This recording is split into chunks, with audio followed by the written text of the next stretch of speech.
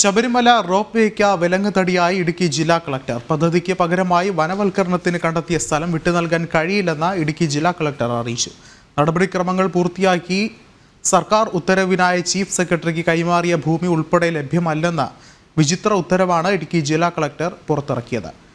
പിന്നിൽ ഗൂഢലക്ഷ്യമുണ്ടെന്ന് സംശയിക്കുന്നതായി തിരുവിതാംകൂർ ദേവസ്വം ബോർഡും ആരോപിച്ചു.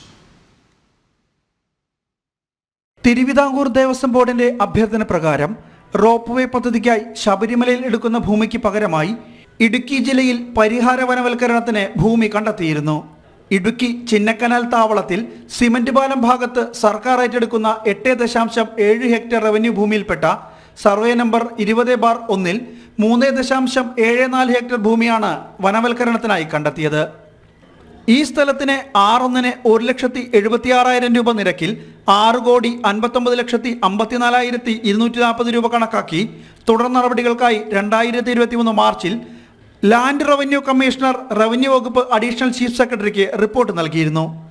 ഇതുകൂടാതെ അധികമായി വേണ്ട 0.78 ഹെക്ടർ ഭൂമി കൂടി ലഭ്യമാണോ എന്ന് പരിശോധിക്കാൻ സർക്കാർ ആവശ്യപ്പെട്ടിരുന്നു. ഇതനുസരിച്ച് റവന്യൂ പ്രിൻസിപ്പൽ സെക്രട്ടറിക്ക് ഇടുക്കി ജില്ലാ കളക്ടർ ഷീബ ജോർജ് തയ്യാറാക്കി നൽകിയ റിപ്പോർട്ടിലാണ് ആദ്യം ലഭ്യമാക്കിയ ഭൂമിയും നൽകാൻ കഴിയില്ലെന്ന് ചൂണ്ടിക്കാട്ടുന്നത്. അധികമായി വേണ്ട ഭൂമിയും ചേർത്ത് 4.53 ഹെക്ടർ നടപടിക്രമങ്ങൾ പൂർത്തിയാക്കി സർക്കാർ ഉത്തരവിനായി ചീഫ് സെക്രട്ടറിക്ക് കൈമാറിയ ഭൂമിയും ഇപ്പോൾ ലഭ്യമല്ലെന്നാണ് റിപ്പോർട്ടിലുള്ളത്.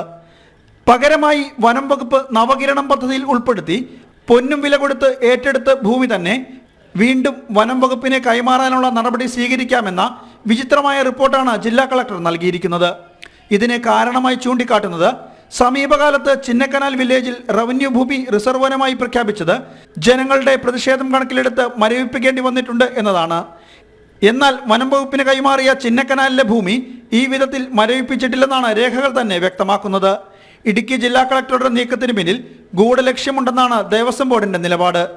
പമ്പയിൽ നിന്ന് സന്നിധാനത്തേക്കുള്ള ചരക്കു നീക്കം അപകടരഹിതവും സുഗമവുമാക്കാനുള്ള ആധുനിക മാർഗമാണ് റോപ്പ് വേ.